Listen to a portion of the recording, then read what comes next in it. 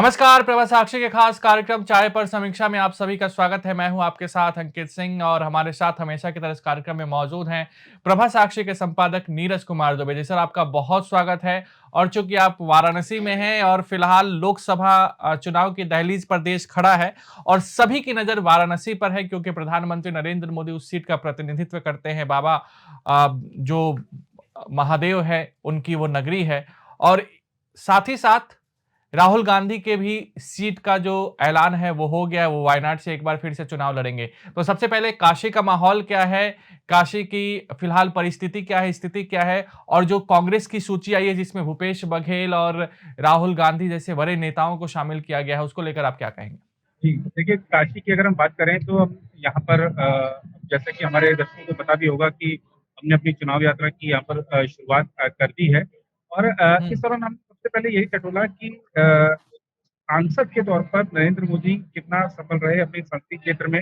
हमने ये भी जानना चाहा, आपको ध्यान होगा कि 2014 में जब नरेंद्र मोदी आए थे तो उन्होंने कहा था हुँ, मुझे माँ गंगा ने बुलाया है। तो गंगा की स्वच्छता को लेकर कितना मोदी सरकार अपने कार्यों में सफल हो पाई है, इसकी भी हमने पड़ताल की। और निश्चित रूप से लोग 100% उनके काम को सराह रहे हैं। हमें अपनी यात्रा के दौरान एक भी आलोचक नहीं मिला। हालाँकि कुछ ऐसी चीज़ें हैं, जैसे महँगाई है, बेरोज़गारी है, लेकिन लोगों को कहना है कि ये समय के साथ चीज़ें हल हो जाएगी, समस्या सुलझ जाएगी। लेकिन मोदी जी का जो नेतृत्व है, उस नेतृत्व में काशी का जिस तरह से विकास हुआ है और काशी में अध्यात्म को जिस तरीके से उन्होंने पर्यटन की दृष्टि से अगर देखें तो इस क्षेत्र का विकास करके आध्यात्मिक पर्यटन बढ़ाकर इस क्षेत्र की अर्थव्यवस्था में जो बड़ा योगदान दिया है, उससे हुँ, काशी का हर सेक्टर कह सकते हैं कि आगे बढ़ रहा है। हमारे को लोगों ने बताया कि यहाँ पे रोज नई दुकानें खुल रही हैं, इससे आपको पता लग सकता है कि कितनी यहाँ पर हर चीज़ की डिमांड बढ़ रही है। जो होटल इंडस्ट्री है, वो फूले नहीं समा रही है, क्योंकि काशी में भक्तों का रेला लगा रहता है। महाशिवरात्रि पर बताया जा रहा है कि जो बाबा विश्वनाथ हैं, उनके 10.5 लाख से ज़्यादा भक्तों ने दर्शन किए। तो लगातार रेला, अब जैसे आप देखिए कि मेरे पीछे आपने जैसा ज़िक्र किया कि वंदे भारत खड़ी है। वंदे भारत अभी आई है, उसके बाद अभी यहाँ से जाएगी। तो मतलब आप देखिए कि सुविधाजनक कितना बना दिया है कि काशी पहुँचना देश के किसी भी हिस्से से। और मैं हैरान था कि दक्षिण भारत से बड़ी संख्या में लोग आए हैं। और दक्षिण भारत के लोगों से हमारी जो बातचीत हुई उस दौरान जैसा कि बीजेपी के नेता दावा भी करते हैं कि दक्षिण इस बार चौंकाएगा, तो ऐसा हमको भी परिलक्षित हुआ उनसे बातचीत करके। तो ये दिखाता है कि काशी में एक सांसद के तौर पर नरेंद्र मोदी सफल रहे हैं। प्रधानमंत्री मिला है काशी को, तो काशीवासी इस पर गर्व भी करते हैं। उनका ये कहना है कि हमारे क्षेत्र से प्रधानमंत्री है, तो तमाम मंत्रालयों के जो अधिकारी हैं, वो यहाँ पर परियोजनाएँ देने के लिए, उन परियोजनाओं के कार्यों की समीक्षा के लिए, वो परियोजनाएँ समय पर पूरी हो जाएँ, इसके लिए लगातार दौरे करते रहते हैं। ये काशी के लिए बड़ी सौगात है नरेंद्र मोदी। अच्छा, दूसरी बात ये थी कि ठीक है, बीजेपी ने कैंडिडेट बना दिया है नरेंद्र मोदी जी को तीसरे बार के चुनाव के लिए, लेकिन काशी का अपना एक अलग लक्ष्य है। काशी में हमने जब लोगों से बातचीत की, यहाँ पे एक मशहूर जगह है तप्पू सीढ़ी, जहाँ पर प्रधानमंत्री भी गए थे चर्चा करने के लिए, चाय पर चर्चा करने के लिए। हमने जब वहाँ पे लोगों से बात की, तो लोगों ने हमें बताया कि काशी ने निश्चय किया है कि इस बार उनको 10 लाख वोट कम से कम पड़ने चाहिए। पिछली हुँ, बार शायद 7 लाख के आसपास का उनका वोट पड़े थे। तो इस बार 10 लाख लक्ष्य काशी की जनता ने तय किया है। ये अभी प्रधानमंत्री जी तो कह रहे हैं कि अब की बार 400 उनका अपना एक अलग लक्ष्य है, लेकिन काशी की जनता का लक्ष्य है कि हमको अपने सांसद को 10 लाख वोट देने हैं। और ये काशी की राजनीतिक इतिहास में भी एक नया रिकॉर्ड होगा। तो इस लिहाज से देखिए तो जब हम जनता से मिलते हैं, जनता ठीक है कि कुछ मुद्दों को लेकर उनको लगता है कि कुछ चीजें हल नहीं हुई है, कुछ चीजों का हुँ, निराकरण की है, कुछ समस्याओं का हल निकलना बाकी है। लेकिन एक विश्वास है।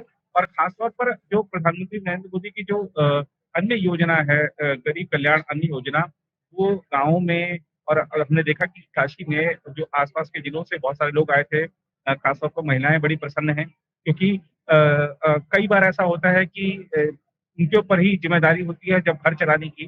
तो उनको ये गारंटी है कि वो और उनके बच्चे भूखे हुँ। नहीं सोएंगे, परिवार भूखा नहीं सोएगा। तो ये एक बड़ी गारंटी के तौर पर है। तो मोदी जी के लिए हमने जो महिलाओं के में प्यार देखा, वो एक अलग चीज़ था। जैसे प्रधानमंत्री कहते भी हैं कि जब भी मैं संकट में होता हूँ, तो हुँ, महिलाएँ समर्थन में खड़ी हो जाती हैं। तो यहाँ पर वो चीज़ें परिलक्षित हो रही थी। और अब मैं आपको एक चीज़ बता सकता हूँ कि मोदी जी जो भी कुछ कहते हैं, तो सिर्फ हवाई बात नहीं होती है।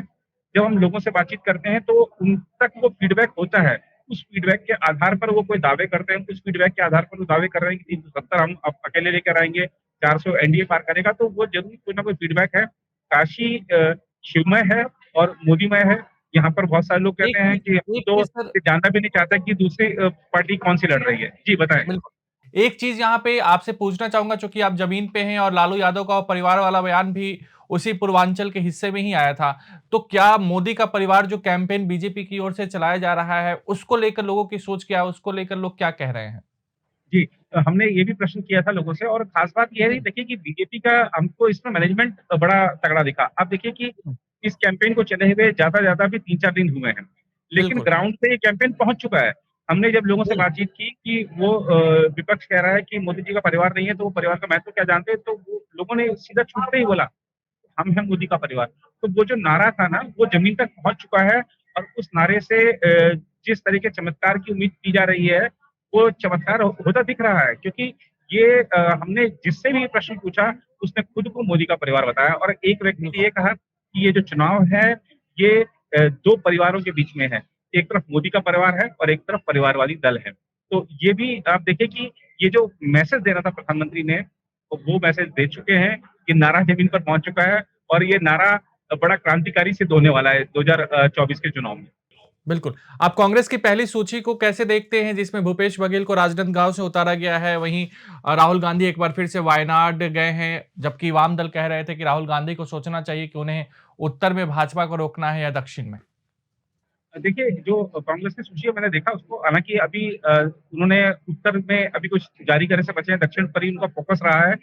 वायनाड में जैसा कि राहुल गांधी को उतार दिया गया तो पहले से तय माना जा रहा था कि वो वहाँ से लड़ेंगे, हालाँकि बीच में आया कि शायद गठबंधन हो सकता है, लेकिन अब हुँ, सीपीआई कैंडिडेट और सीपीआई की भी एक प्रमुख उम्मीदवार हैं वहाँ से। अब आप हुँ, देखिए कि राहुल गांधी जब वहाँ से लड़ेंगे तो क्या वामपंथी दल अब उनका साथ पहले की तरह दे पाते हैं या नहीं, ये एक बड़ा सवाल होगा।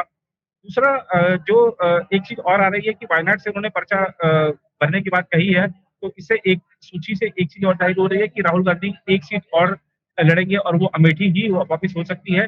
कांग्रेस भी कोई हुँ। नया प्रयोग नहीं करने जा रही है। कांग्रेस ने ज़रूर अपने केरल में दिग्गजों को उतारा है, चाहे हम केसी वेणुगोपाल की बात कर रहे हैं, चाहे अन्य नेताओं की बात कर रहे हैं।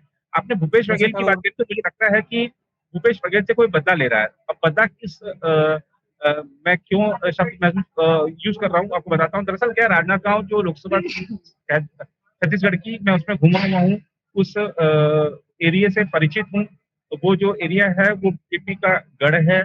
पहले वहाँ से डॉक्टर रमन सिंह थे सांसद, फिर उनके बेटे अभिषेक रहे, पिछली बार संतोष पांडे जीते, इस बार उनको संतोष पांडे को दोबारा से बीजेपी ने उम्मीदवार बनाया है।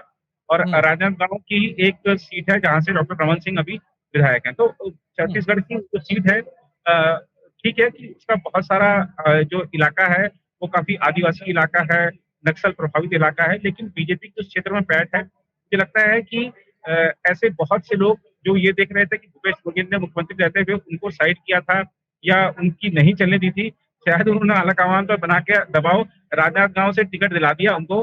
राजनांदगांव में चुनाव जीतना उनके लिए बहुत मुश्किल होगा। ये ठीक है कि एक अब कांटे की टक्कर होगी, लेकिन अगर हम उस सीट के अब तक के इतिहास को देखें, अभी जो वर्तमान समीकरण है, उसको देखें, हाल का जो विधानसभा चुनाव हुआ है, उसके हुँ। जो विधानसभा वार परिणामों का विश्लेषण कर लें, तो राजनांदगांव स्ट्रॉन्ग होल्ड है बीजेपी का। इसलिए मुझे ऐसा लगता है कि भूपेश बघेल को वहाँ पर एक तरह से शिकार बनाया गया है, वहाँ से उम्मीदवार घोषित करके। चलिए, तो आप हमारे साथ जुड़े इतनी व्यस्तता के बावजूद भी सर, उसके लिए बहुत-बहुत धन्यवाद। तो ये था प्रभा साक्षी का खास कार्यक्रम चाय पर समीक्षा। अगले सप्ताह आपसे फिर मुलाकात होगी, तब तक मुझे यानी अंकित सिंह और प्रभा साक्षी के संपादक नीरज कुमार दुबे को दीजिए इजाजत। नमस्कार। अगर आप भी लेना चाहते हैं देश दुनिया की तमाम जानकारी तो आज ही सब्सक्राइब करें हमारे चैनल को। साथ ही नीचे दिए बेल आइकन को जरूर दबाएं ताकि हर अपडेट आप तक पहुंच सके।